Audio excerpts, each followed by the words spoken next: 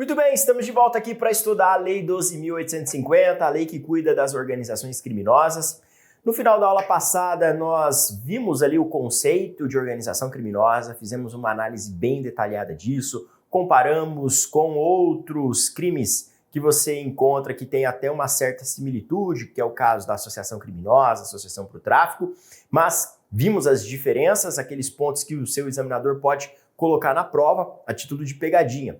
E também estudamos de maneira bem detalhada todo o artigo 2º, onde você tem o crime em si de organização criminosa, tá bem? Agora a gente entra numa parte bem interessante da legislação, que é a parte que toca aos meios de obtenção de prova. Eu, inclusive, no final do bloco passado, eu apresentei para você o que diz o artigo 3º. Então ele diz assim, ó, que em qualquer fase da persecução penal serão permitidos, sem prejuízo de outros, já previstos em lei, os seguintes meios de obtenção de prova. E aí aparece aqui a colaboração premiada, captação ambiental de sinais eletromagnéticos, ópticos ou acústicos, ação controlada, acesso a registro de ligações telefônicas e telemáticas, a dados cadastrais constantes de bancos de dados públicos ou privados e a informações eleitorais ou comerciais. Além disso, fala-se lá em interceptação de comunicações telefônicas ou telemáticas nos termos da legislação específica. Fala-se também em afastamento do sigilo financeiro, afastamento do sigilo bancário, afastamento do sigilo fiscal nos termos da legislação específica. Fala-se também em infiltração por policiais em atividade de investigação e também cooperação entre instituições e órgãos federais, distritais, estaduais e municipais na busca de provas e informações de interesse da investigação ou da instrução criminal, tá bem? Então esses são os meios de obtenção de prova que nós encontramos aqui na nossa legislação, na Lei 12.850. Não é tudo isso aqui que se encontra regulamentado. A gente vai estudar agora o texto da lei, efetivamente, e vai dar um enfoque principalmente para colaboração premiada e também para infiltração de agentes, tá? Que, em especial, a colaboração premiada vem muito bem detalhada aqui nessa lei. Então, a parte mais importante que eu destaco já desse nosso encontro, desse bloco aqui, é essa parte de colaboração premiada. Nós vamos estudar, então, o texto efetivamente da lei, os artigos ali, que inclusive receberam uma roupagem nova com a aprovação do pacote anticrime. Então, muito cuidado, porque desde 2019, finalzinho de 2019, começo de 2020, a redação aqui mudou e o legislador trouxe algumas questões a mais disciplinando essa matéria colaboração premiada, que a gente ouve falar muito, sempre é noticiado, e é um ponto que é extremamente cobrado também em aspecto de questões de concurso público, tá bem? E veja, aqui eu já vou destacar o seguinte para você. Nós vamos efetivamente queimar a letra da lei a partir de agora. No outro bloco, eu fiz uma análise um pouquinho mais dogmática, porque a gente estudou o tipo penal central aqui da lei, né, que é o tipo penal que cuida sobre a organização criminosa, mas agora é o texto de lei que a gente vai ter que enfrentar, porque é ali que tem todos os detalhes sobre colaboração premiada e os demais meios de obtenção de prova que aqui estão regulamentados, tá? As questões da sua prova não vão fugir do que a gente verificar a partir de agora na letra da lei. Tudo bem? Então bora comigo? Vamos fazer uma leitura aqui super atenta do texto, então, da lei. Começando, então, artigo 3º-A, que é o primeiro dispositivo que vai falar especificamente da famosa colaboração premiada.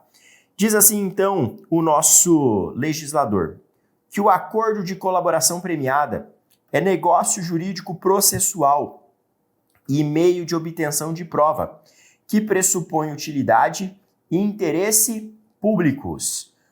Uma coisa que pode cair na sua prova é a respeito da natureza da colaboração premiada. Então você tem que saber que trata-se de um negócio jurídico processual, firmado entre o Estado e o colaborador. Então você vai ter de um lado um representante do Estado e você vai ter de outro lado o colaborador, tá bem? O artigo 3º-B, ele disciplina o seguinte: o recebimento da proposta para formalização de acordo de colaboração demarca o início das negociações e constitui também o marco de confidencialidade, configurando violação de sigilo e quebra da confiança e da boa-fé a divulgação de tais tratativas iniciais ou de documento que as formalize, até o levantamento do sigilo por decisão judicial. Tá bem? Então essa é uma outra informação aqui interessante que traz o artigo 3º-B, sobre a proposta de formalização de acordo de colaboração.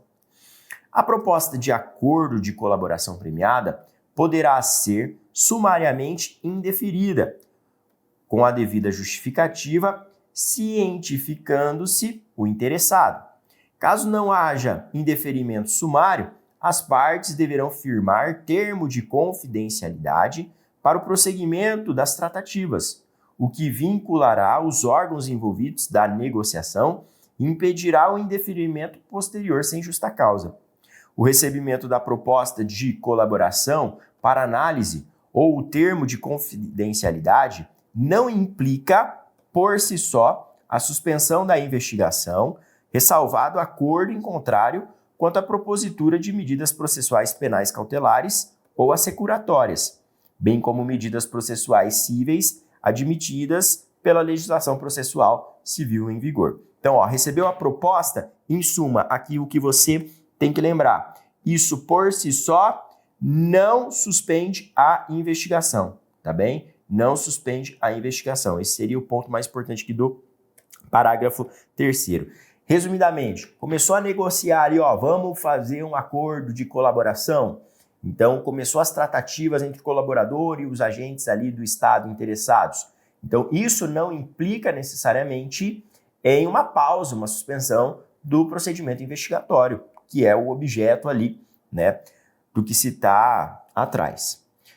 O parágrafo 4º, ele vai falar o seguinte, que o acordo de colaboração premiada poderá ser precedido de instrução, quando houver necessidade de identificação ou complementação de seu objeto, dos fatos narrados, sua definição jurídica, relevância, utilidade e interesse público. Os termos de recebimento de proposta de colaboração e de confidencialidade serão elaborados pelo celebrante e assinados por ele, pelo colaborador e pelo advogado ou defensor público com poderes específicos. Importante aqui destacar que o colaborador ele é assistido por advogado, tá bem? E o advogado, ou na falta de um advogado, já que pode ter situações em que o agente não tenha condições financeiras, aí vai ser designado um defensor público. E aqui, no caso principalmente de advogado, precisa ter poderes especiais, tá? Para assinar aí esse termo. Beleza? Na hipótese de não ser celebrado o acordo por iniciativa do celebrante, esse não poderá se valer de nenhuma das informações ou provas apresentadas pelo colaborador, de boa fé, para qualquer outra finalidade. E o artigo 3º-C, ele já vai trazer aqui algumas outras informações a respeito da colaboração. Que a proposta de colaboração premiada deve estar instruída com procuração do interessado com poderes específicos para iniciar o procedimento de colaboração e suas tratativas, ou firmada pessoalmente pela parte que pretende a colaboração e seu advogado ou defensor público. Nenhuma tratativa sobre colaboração premiada deve ser realizada sem a presença de advogado constituído ou defensor público. Isso aqui é muito importante, tá? Muito importante. Se a prova falar para você que o agente pode pessoalmente, sem advogado, realizar a colaboração, tá errado, tá? Então, qualquer tratativa que é nesse sentido tem que ser assistida pelo advogado ou pelo defensor público na falta de condições financeiras, né, por parte do colaborador. Então, muito importante esse ponto, isso aqui sem sombra de dúvidas, isso aqui é alvo de perguntinha de prova, né? A prova vai falar lá que a colaboração pode ser realizada sem a presença do advogado. Errado. Errado. Aí você tem que marcar como errado. Parágrafo 2º. Em caso de eventual conflito de interesses ou de o colaborador hipossuficiente, o celebrante deverá solicitar a presença de outro advogado, a participação de defensor público.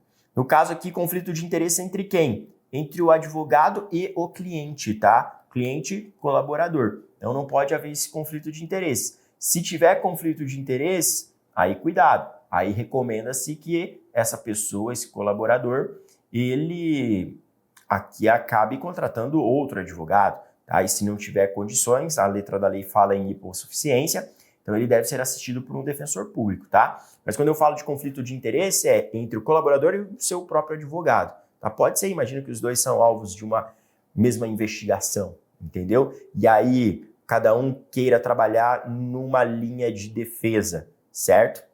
Então, é possível sim que haja conflito de interesse. E nesse caso, recomenda-se, né, que esse sujeito não seja assistido pelo advogado que não pensa, né, naquela forma, né, não vai querer trabalhar com essa linha de raciocínio. Inclusive, o próprio estatuto da OAB, o Código de Ética da OAB, né, ele fala, né, que o advogado ele não pode, né, patrocinar o interesse do cliente quando esse interesse é conflitante com o seu próprio. Também não é recomendável, né? Claro. No acordo de colaboração premiado, o colaborador ele deve narrar todos os fatos ilícitos para os quais concorreu e que tenham relação direta com os fatos investigados. Aqui já começa a aparecer outras informações bem relevantes para fins de prova. Olha só, o colaborador ele deve narrar todos os fatos ilícitos, para os quais concorreu e que tenham relação direta com os fatos investigados. Então, veja, o cara efetivamente tem que falar a verdade, né? Tem que falar tudo ali, né? Tintim por tintim. É isso que a letra da lei exige, tudo bem? Toma cuidado com esse termo aqui, porque sem sombra de dúvidas é algo que pode aparecer na tua prova, o examinador trocar isso aqui, né? Falar que o agente pode só ali informar a parte, né? Então, se a banca, de algum modo, trazer algum item nesse sentido, destoando, né, de todas as informações que o cara tem o compromisso de passar ali pro órgão, aí, nesse caso, já vai ter um item errado, tudo bem? Porque a letra da lei fala que o colaborador ele deve narrar tudo, tudinho, beleza? E incumbe à defesa instruir a proposta de colaboração e os anexos com os fatos adequadamente descritos, com todas as suas circunstâncias, indicando as provas e os elementos de corroboração. Professor, o que é corroboração? Confirmação, ratificação, tá? Então, ele tem que indicar ali todas as circunstâncias, provas e elementos ali que confirmem aquilo que ele está dizendo. Tudo bem? Então, essa é a informação ali principal que nós temos dentro desse artigo 3º, né? Que acaba se desdobrando em A, B, C.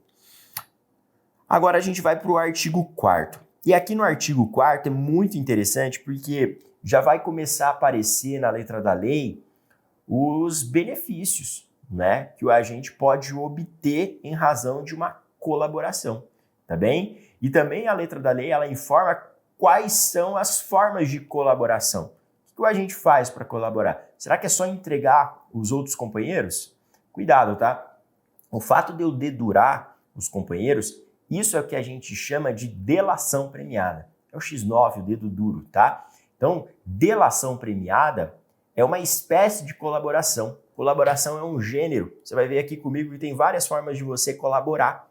Mas aqui, quando eu pego e entrego o companheiro ali, o coautor do crime, os outros agentes que tiveram participação, essa conduta de X9, mesmo de dedo duro, aí você tem a delação premiada, tá bem? Então, resumidamente, é importante você lembrar, colaboração é algo mais amplo, é um termo genérico, e a delação é uma das espécies de colaboração.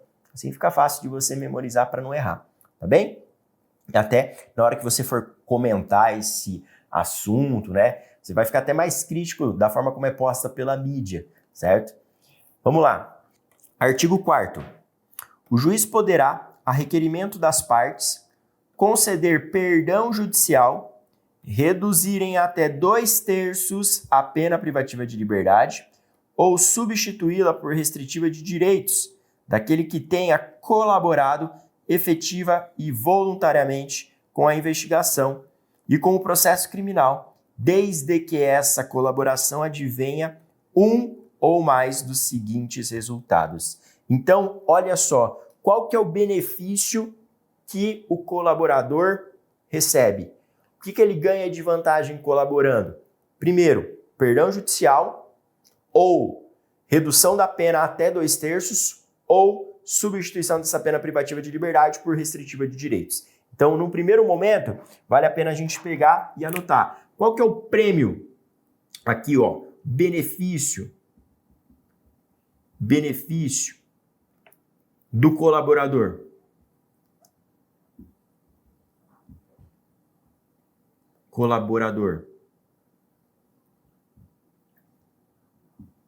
O que ele ganha de vantagem, né? Porque, pô, eu vou colaborar, mas o que eu ganho em troca? Né?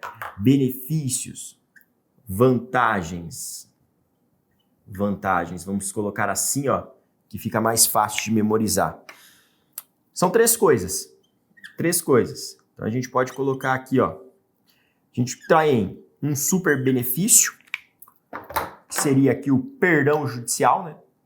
Hipótese de perdão judicial. O juiz, então, deixa de aplicar a pena. É uma hipótese que leva à extinção da punibilidade, de acordo com o próprio Código Penal, lá no artigo 107, fala isso, né? A gente também tem uma hipótese de redução de pena. Redução da pena privativa de liberdade. Privativa de liberdade. Enquanto redução da pena privativa de liberdade em até, é uma fração bem significativa, né? Em até 2/3. Em até 2/3. E o último benefício seria a hipótese ali de substituição da pena privativa de liberdade por restritiva de direitos, sem se atentar necessariamente às regras do artigo 44 do Código Penal, tá bem? Então aqui é a possibilidade do quê? De substituição da pena privativa de liberdade,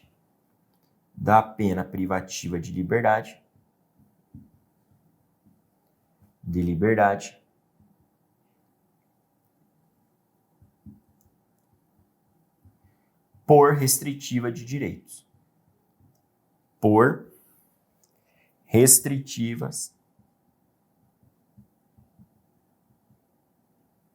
de direitos. Veja que essas hipóteses ali, né, elas são alternativas, né? Então aqui, ó, o juiz pode conceder perdão judicial ou redução da pena em até 2/3, ou ele pode trabalhar aqui com a substituição da pena privativa de liberdade por restritiva. Tudo bem? São, então, vantagens aqui, benefícios em favor do colaborador alternativos. E a gente vai ver que ainda existe um outro benefício que é ainda melhor, mas que exige ali outros requisitos. Já vou te apresentar, né? Que o Ministério Público, inclusive, pode deixar de oferecer denúncia, certo? Mas a gente daí tem que ter algumas outras questões em jogo. Na letra da lei, se você olhar ali, então no artigo 4º, depois de anunciar os benefícios, as vantagens para o colaborador, o que acontece? Ele tem que entregar o resultado, né? Então, assim, ele vai receber isso se ele, de algum modo, propiciar a identificação dos demais coautores e partícipes da organização criminosa e das infrações penais por eles praticadas. Aqui é o X9, né? Aqui eu estou dedurando. É isso aqui que a gente chama de delação premiada. Delação premiada. É o dedo duro, né? É até discutível a questão ética por parte disso, né? Mas não vem ao caso da gente entrar nesse campo aí de discussão, certo? Bom, Quais são as outras formas de colaboração? Além de entregar aos outros, né? Você ainda pode colaborar, ó, revelando a estrutura hierárquica e a divisão de tarefas da organização criminosa, a prevenção de infrações penais decorrentes das atividades da organização criminosa, a recuperação total ou parcial do produto ou do proveito das infrações penais praticadas pela organização criminosa, tá bem? E também localização de eventual vítima com sua integridade física preservada.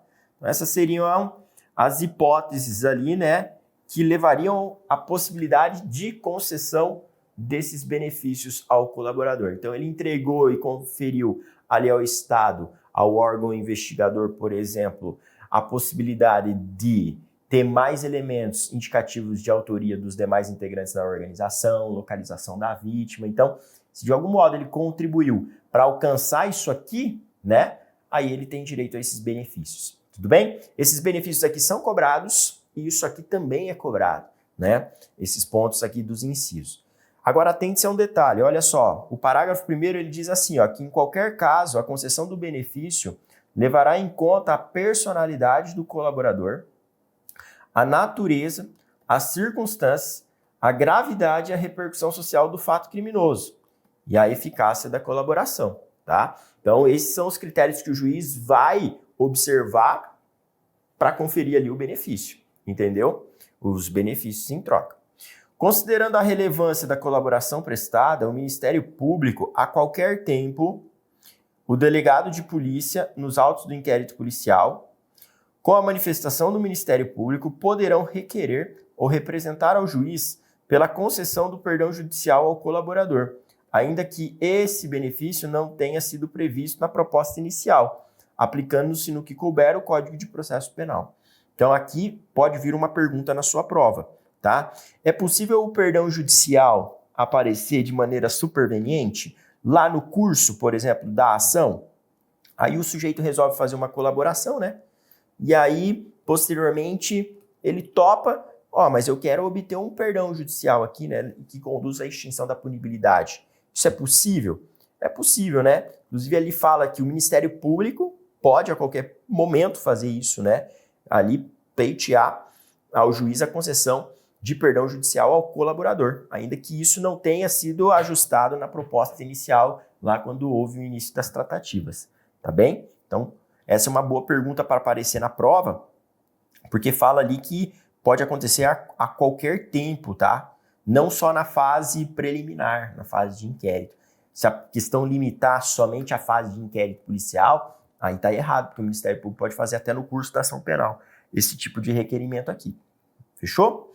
Bom, o prazo para oferecimento da denúncia ou o processo relativos ao colaborador poderá ser suspenso por até 6 meses, prorrogáveis por igual período, até que sejam cumpridas as medidas de colaboração, suspendendo-se o respectivo prazo prescricional. Então, olha que importante aqui, ó. Eu tenho duas coisas muito relevantes nesse parágrafo 3º.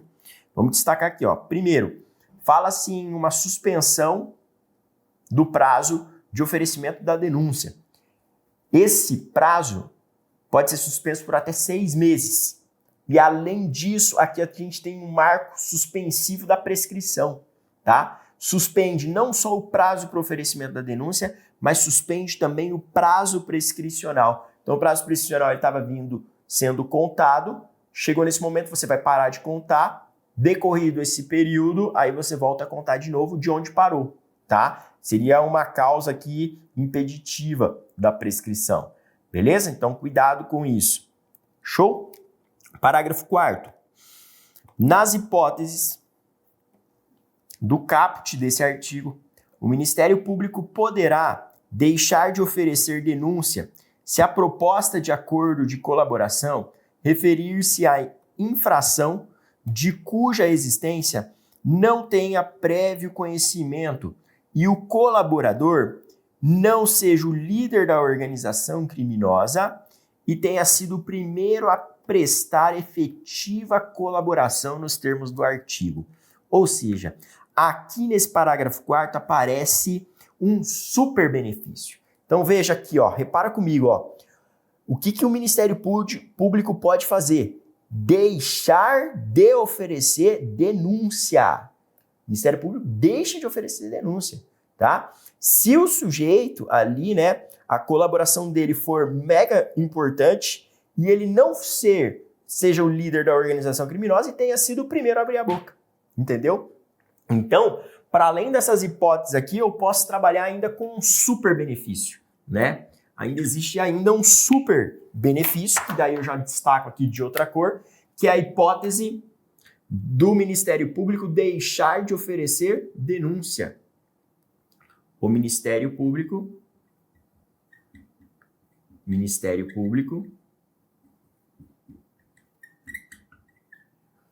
deixa de oferecer a denúncia. Isso aqui é bom demais para o colaborador. Esse daqui seria um super benefício, tá? Mas aí tem que tomar cuidado. Por quê? Porque a legislação exige, tá? Desde oferecer a denúncia, mas desde que esse cara aqui, ó, não seja o líder, não seja o líder da organização e seja o primeiro a colaborar. A gente pode colocar assim, ó, primeiro colaborador, para não esquecer. Entendeu? Então, além dos benefícios do caput ali que a gente viu, ainda tem essa outra hipótese, né? Do Ministério Público deixar de oferecer a denúncia. Então, veja, nessas mesmas hipóteses, o Ministério Público poderá deixar de oferecer denúncia se a proposta do acordo de colaboração referir-se à infração de cuja existência não tenha prévio conhecimento e o colaborador não seja o líder da organização criminosa e tenha sido ali o primeiro a prestar efetiva colaboração, tá? São requisitos aqui cumulativos, tá? Esse inciso primeiro e segundo são requisitos cumulativos, não ser líder, ser o primeiro a colaborar. Fechou? Então aqui a gente teria então uma quarta hipótese de vantagem, né? Além do perdão, da redução da pena ou da substituição, você teria a hipótese ainda do Ministério Público abrir mão do oferecimento da denúncia. E aquele exemplo ali, gente, desse do parágrafo 4º, é uma hipótese, assim, que constitui exceção ao princípio da obrigatoriedade, tá? Porque o princípio da obrigatoriedade, o que ele exige do Ministério Público? Ele exige que o Ministério Público, tomando conhecimento, então, de que houve a prática de um crime, demonstrada a materialidade e tendo indícios suficientes de autoria, o Ministério Público ofereça denúncia, tá? Deflagre a ação penal. E isso aqui leva a uma exceção a esse princípio da obrigatoriedade. Isso aqui entraria, então, ao lado, né, das hipóteses que a gente tem de exceção, como do acordo de não persecução penal, onde o Ministério Público ele propõe um acordo e não oferece denúncia, da hipótese de transação penal da Lei 9.099, entendeu? Então, isso aqui é um exemplo de exceção ao princípio da obrigatoriedade. Anote essa informação, porque pode cair na sua prova também, tá? Pode cair na sua prova uma pergunta como essa. Show? Dito isso, vamos lá. Adiante, fala-se assim, parágrafo 4º-A. Considera-se existente o conhecimento prévio da infração quando o Ministério Público ou autoridade policial competente tenha instaurado inquérito ou procedimento investigatório para apuração dos fatos apresentados pelo colaborador. Então aqui o próprio legislador tomou a cautela de definir, né? Quando que eu tenho conhecimento prévio? Quando já tivesse sido formalizado, né? O inquérito policial, a investigação. Beleza? Isso de modo a complementar essa parte final aqui, né? Que exige para esse benefício, para esse super benefício, que não haja existência ali de conhecimento prévio. Show? Se a colaboração for posterior à sentença, a pena poderá ser reduzida até a metade ou será admitida a progressão de regime, ainda que ausentes os requisitos objetivos. Olha que interessante aqui, ó. Aqui eu já estou entrando numa outra hipótese de colaboração que é posterior à sentença. Então o cara já foi condenado. E aí, o que ele ganha de benefício agora colaborando com a justiça? Bom, aí nesse caso, né, ele pode receber uma redução dessa pena, então pode cair de metade, ou ele pode ali obter uma progressão de regime. Progressão de regime. Ainda que não tenham sido satisfeitos os requisitos de progressão que nós encontramos lá no artigo 112 da LEP, né? Porque lá a gente tem aqueles percentuais, são variáveis, né, de acordo com a natureza da infração praticada. Mesmo que a gente não tenha ainda atingido aquele percentual lá, ele pode obter aqui em razão da colaboração. Então acaba se flexibilizando aquela regra objetiva lá, aquele requisito objetivo do artigo 112 da LEP. Tudo bem? Então veja a porrada de benefícios que a gente pode ter, né? De modo inaugural, a princípio isso aqui, aí depois o legislador dá um benefício a mais, né? Mas aí para pessoas específicas, certo? E ainda existe ali um benefício para o cara que colabora depois que ele já foi condenado. Beleza? Mesmo artigo, né? Parágrafo 6º. O juiz não participará das negociações realizadas entre as partes para a formalização do acordo de colaboração, que ocorrerá entre o delegado de polícia, o investigado e o defensor, com manifestação do Ministério Público, ou, conforme o caso, entre o Ministério Público, o investigado ou acusado e o seu defensor. Então veja aqui, ó, quem pode realizar aí a negociação? Quem pode realizar a negociação de acordo com a letra da lei? Bom, a gente já viu aqui que o juiz não pode, né? O juiz está fora. O juiz está fora. Se a prova lançar o juiz lá no meio, se assinar está errado. Pode negociar ali o delegado ou o representante do Ministério Público com o colaborador e o advogado dele, tá? É isso. Essas são as hipóteses. Tudo bem? No caso do delegado, daí, tem que ter uma manifestação também do Ministério Público, certo? E de outro lado, o Ministério Público também, ele sozinho pode celebrar aí, realizar essas negociações, aliás, com o colaborador. Realizado o acordo na forma do parágrafo 6º, que é o parágrafo que a gente acabou de ver, serão remetidos ao juiz para análise o respectivo termo, as declarações do colaborador e cópia da investigação, devendo o juiz ouvir sigilosamente o colaborador, acompanhado de seu defensor, oportunidade em que analisará os seguintes aspectos na homologação: a regularidade e a legalidade, a adequação dos benefícios pactuados àqueles previstos no caput e nos parágrafos 4º e 5º, sendo nulas as cláusulas que violem o critério de definição de regime inicial de cumprimento de pena, as regras de cada um dos regimes previstos no Código Penal e na LEP e os requisitos de progressão de regime não abrangidos pelo parágrafo 5º, tá bem? Então, não pode negociar coisas que estão para além dessas hipóteses aqui que a gente acabou de ver, tá bem? E aí o juiz tem que ver a legalidade daquele ato, né? Então, como é que foi feita essa negociação? Porque, por exemplo, imagina que ele identifica que o colaborador está sendo coagido. Aí já tem um problema gravíssimo, o juiz não pode homologar, porque exige-se na colaboração que o ato seja voluntário, tá? Se ele estiver sendo coagido, essa colaboração ela cai por terra. Ela não pode ser homologada pelo juiz, tudo bem? Porque ela não foi uma colaboração voluntária, né? Se eu estou sofrendo coação, sendo ameaçado para colaborar.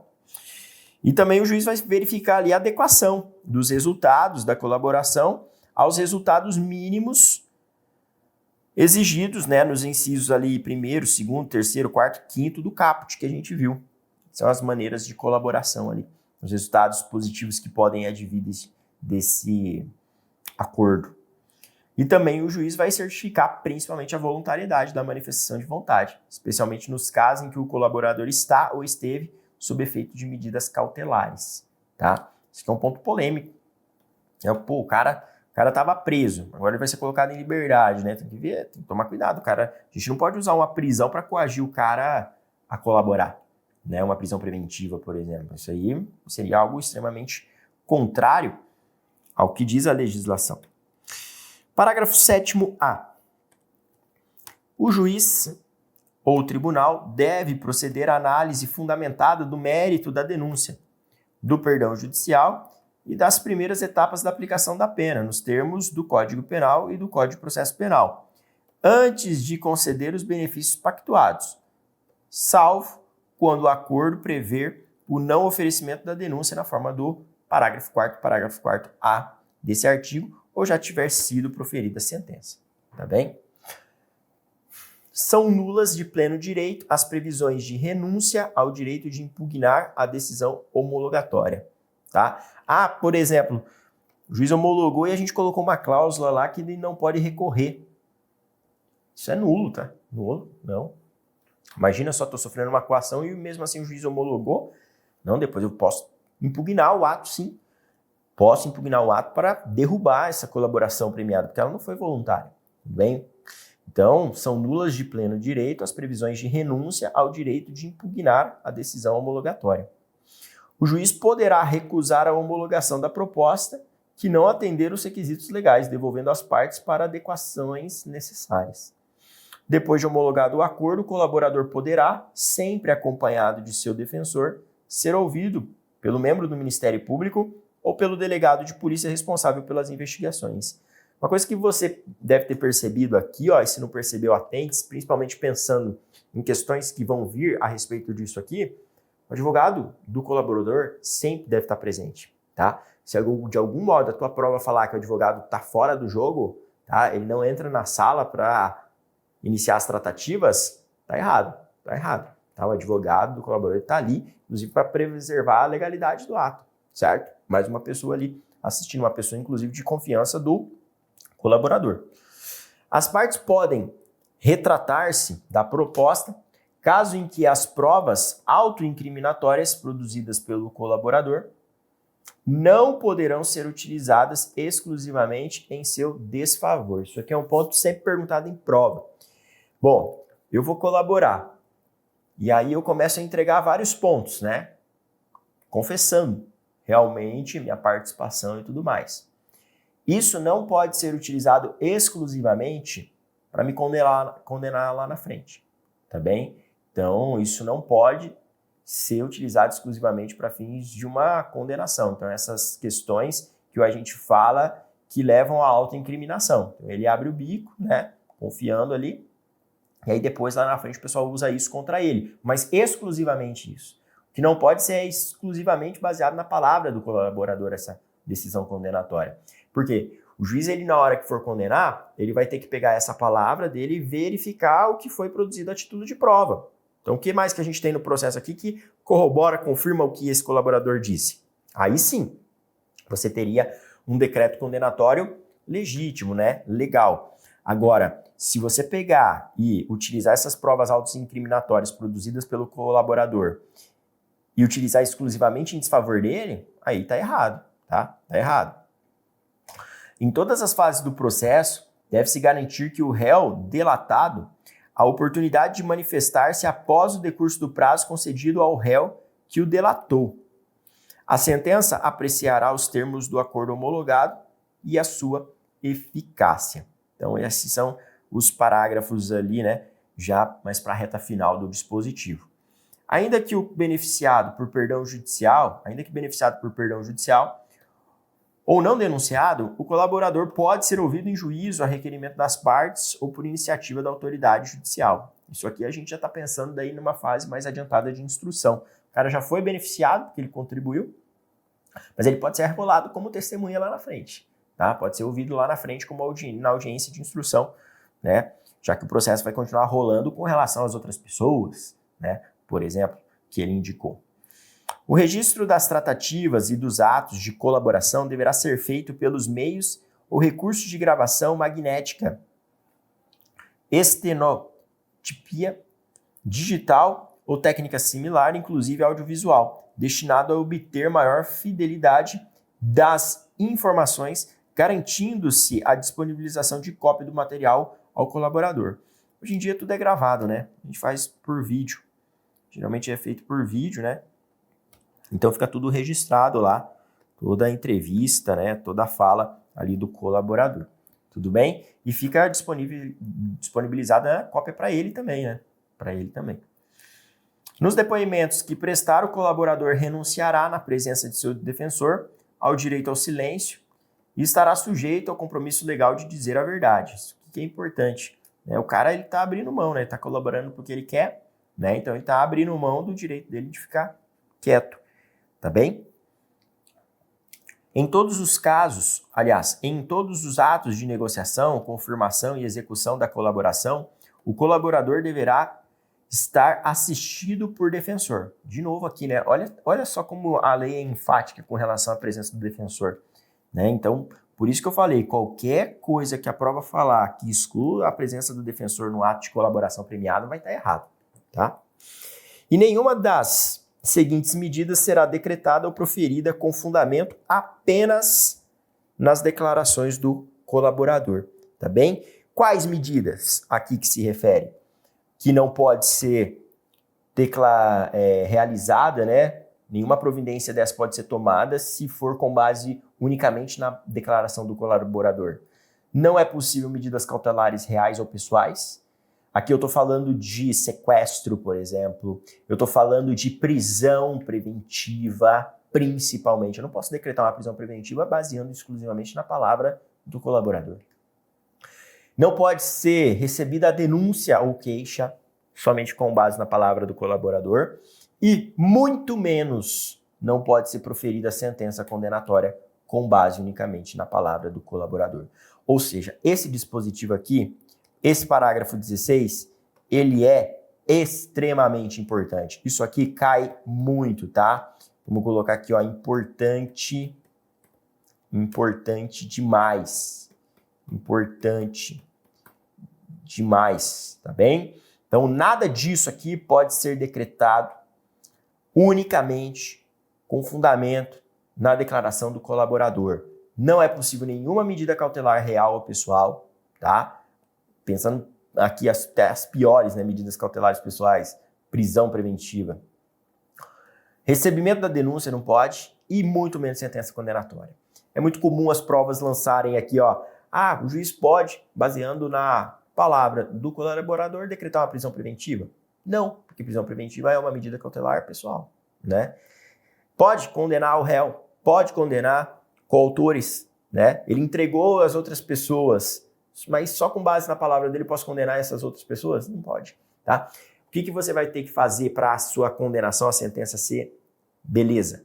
A gente tem que pegar a palavra do colaborador e acrescentar a ela outros elementos que validem essa palavra, entendeu?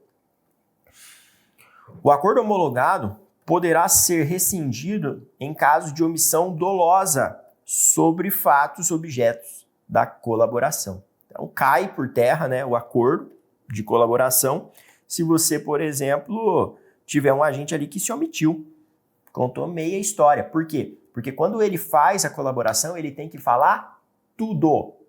Tudo. Se ele se omite a respeito de certas informações, certos fatos relevantes que são objeto ali, né, daquilo que se está apurando, aí a gente tem que rescindir esse acordo aí. Ele violou as regras do jogo, né? O acordo de colaboração premiada pressupõe que o colaborador cesse o envolvimento da conduta ilícita relacionada ao objeto da colaboração sob pena de rescisão. Claro, né? O cara vai lá e faz o acordo de colaboração premiada e ainda continua exercendo a atividade ilícita dele, né? Continua ainda pertencendo à organização criminosa e tudo mais. Aí não, né? Aí não, isso também é a hipótese que leva à rescisão ali desse acordo. Fechou? Bom, dito isso, a gente finaliza, né, esse artigo 4º, enorme, e aqui eu te apresento agora os direitos desse colaborador. Então, na letra da lei ali a gente tem alguns direitos listados do colaborador. Aqui já é um ponto que, em termos de grau de importância, pensando estrategicamente no seu estudo, já não é tão relevante igual o artigo antecedente, tá? Esse artigo 4º que a gente viu todos os parágrafos, dali dá para fazer muitas questões, né? Você reparou, né? Fui enfático, grifei, destaquei em amarelo, aqueles principais pontinhos ali que não dá para esquecer. Aqui já é mais tranquilo, olha só. São direitos do colaborador. Usufruir das medidas de proteção previstas na legislação específica. Claro, não vamos entrar aqui no mérito de, professor, qual que é a efetividade, né, de medidas de proteção? Porque, cara, cá entre nós, não é tão simples assim fazer uma colaboração premiada, especialmente uma delação premiada. Imagina só, o cara que pertence a uma organização criminosa e ele vai entregar os demais membros da organização criminosa, uma traição como essa, em várias facções, resulta em morte. Os caras vão atrás dele, vão matar esse cara, entendeu? E aí a legislação fala, não, nós temos um sistema, né, de proteção a testemunhas e tudo mais. Né?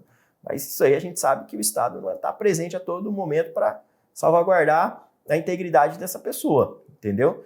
Então, assim, em termos práticos, está aqui o direito, né, de usufruir dessas medidas de proteção, mas é duvidosa, né, essa questão de implementação no dia a dia. Beleza?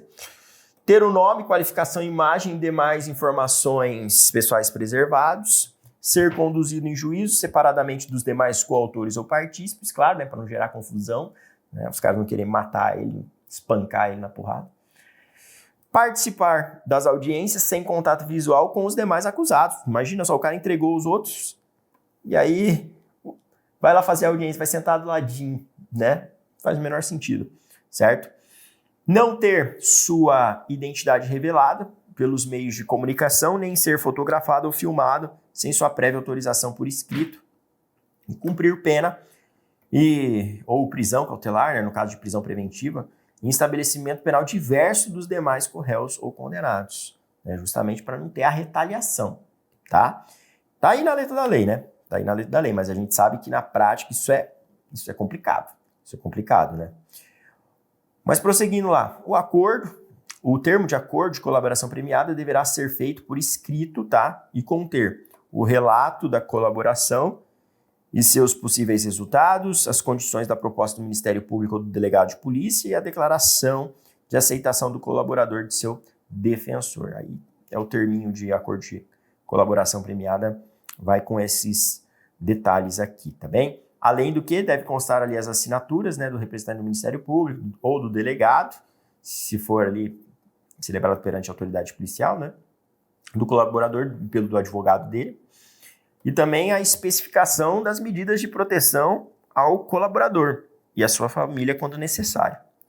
E o artigo 7º, ele vai dizer que o pedido de homologação do acordo será sigilosamente distribuído, contendo apenas informações que não possam identificar o colaborador e o seu objeto, tá? Então, corre em sigilo o pedido de homologação. Tudo bem? Então, corre em sigilo justamente para preservar, né, esse agente aí. Já não é um negócio assim simples, né? Ainda mais porque o conteúdo dessa colaboração é muito sensível, né? Se outras pessoas tomarem conhecimento disso, entendeu? As informações pormenorizadas da colaboração serão dirigidas diretamente ao juiz, a que recair a distribuição, que decidirá no prazo de 48 horas. O acesso aos autos será restrito ao juiz, ao Ministério Público e ao delegado de polícia, como forma de garantir o êxito das investigações, assegurando-se ao defensor, no interesse do representado, amplo acesso aos elementos de prova que digam respeito ao exercício do direito de defesa, devidamente precedido de autorização judicial, ressalvados os referentes às diligências em andamento. E diz ainda ali que o acordo de colaboração premiado e os depoimentos do colaborador serão mantidos em sigilo até o recebimento da denúncia ou da queixa, sendo vedado ao magistrado decidir por sua publicidade em qualquer hipótese. Então veja que tem uma vedação absoluta ao juiz da publicidade, tá? A mídia está em cima, o juiz pode dar publicidade, a mídia quer saber o que o cara falou. Não vai dar, não. Tá? Aqui o legislador, ele pegou aí, foi rigoroso. Falou, não é para decidir sobre publicidade, o negócio é sigiloso até o recebimento da denúncia da queixa. Tá? O pedido de homologação corre em sigilo e todo o conteúdo do acordo de colaboração fica em sigilo até o recebimento. Também o juiz não pode pegar e dar publicidade para isso antes desse momento. Fechou? Então, muito cuidado com isso, tá? Isso aqui é justamente para preservar, né, esse conteúdo vazar, principalmente pelos veículos midiáticos, né? Esses programas aí, o pessoal, gente, na prática, eles ficam em cima, tá? Quem faz parte aí de, por exemplo, da equipe de TV, esses jornais, né, que gostam de ser bem sensacionalistas, eles ficam em cima ali, eles querem saber o conteúdo, querem vazar a informação, tá? Por isso que a lei já traz essa preocupação, não vai dar publicidade até o recebimento. Até a gente tem uma acusação já formal com relação ao grupo criminoso ali. Fechou?